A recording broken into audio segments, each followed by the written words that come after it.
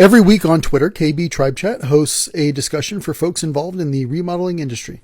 Today's discussion centers around outdoor living. So follow along as we join in the discussion. My name is Dave with Remodel Media, and for the last 16 years, I've been helping people put together kitchens, baths, outdoor kitchens, and various other home renovation projects. And if you have something to contribute, please do so.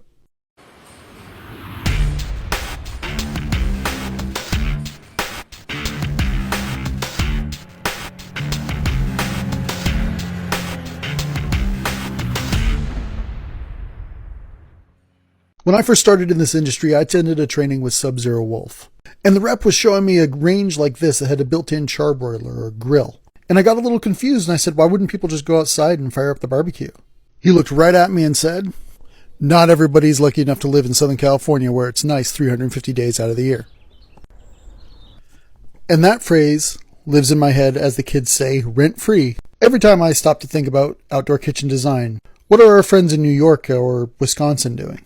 And as my audience has continued to grow this past year, it has forced me to really reevaluate a lot of preconceived notions that I had. One thing I've been looking into is biophilic design, or bringing greenery indoors in innovative ways, creating indoor-outdoor living spaces. And especially as we're stuck at home, I predict a lot more people are going to be looking into it as well.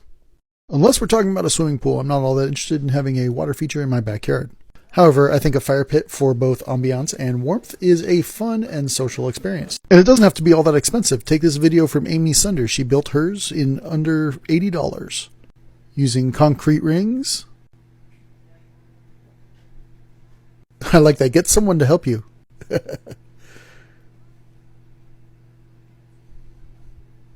Sand and rocks, and there you go. You could definitely get fancier, but it doesn't have to be.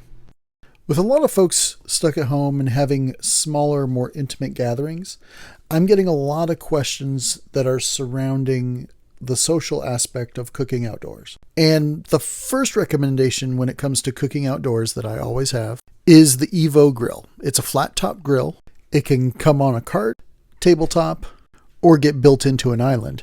And what you'll notice is there's 360 degrees of cooking surface, meaning everybody can stand around the grill all at once. The lid does not get in the way at all.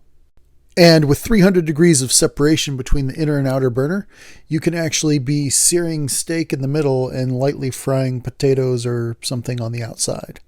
I've had breakfast, lunch, and dinner all off of this. I've even had a birthday cake.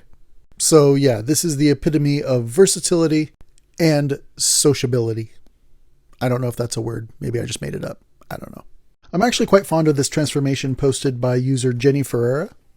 She breathed new life into this drab, sad little deck that she's got there. She rebuilt the whole deck, replaced the railing, trimmed it, decorated it, brought in a lot of lighter tones, warmer tones. You've got the white railing, you've got the maple, you've got some black accents like the umbrella and the fire pit there. But yeah, that's a solid color scheme right there. I have shared this recipe before, but I'm happy to do it again. This is my absolute favorite chicken recipe of all time, period, hands down. You will need a rotisserie of some kind. Get yourself a spray bottle, fill it with equal parts brown sugar, water, and soy sauce. Should give you just a watery brown liquid. Fire up your grill on that medium heat and slap that chicken on the rotisserie. Every 5 or 6 minutes, you should come back and spritz that chicken all the way around. Get it all over with your spray bottle.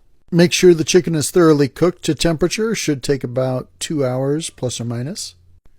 That chicken will be perfectly done on the inside, and yet crispy and crunchy on the outside, almost like a candy coating. It's so good. Thanks for watching. I hope you got some good information out of that episode. Go ahead and click here for more videos. Go ahead and click here to subscribe.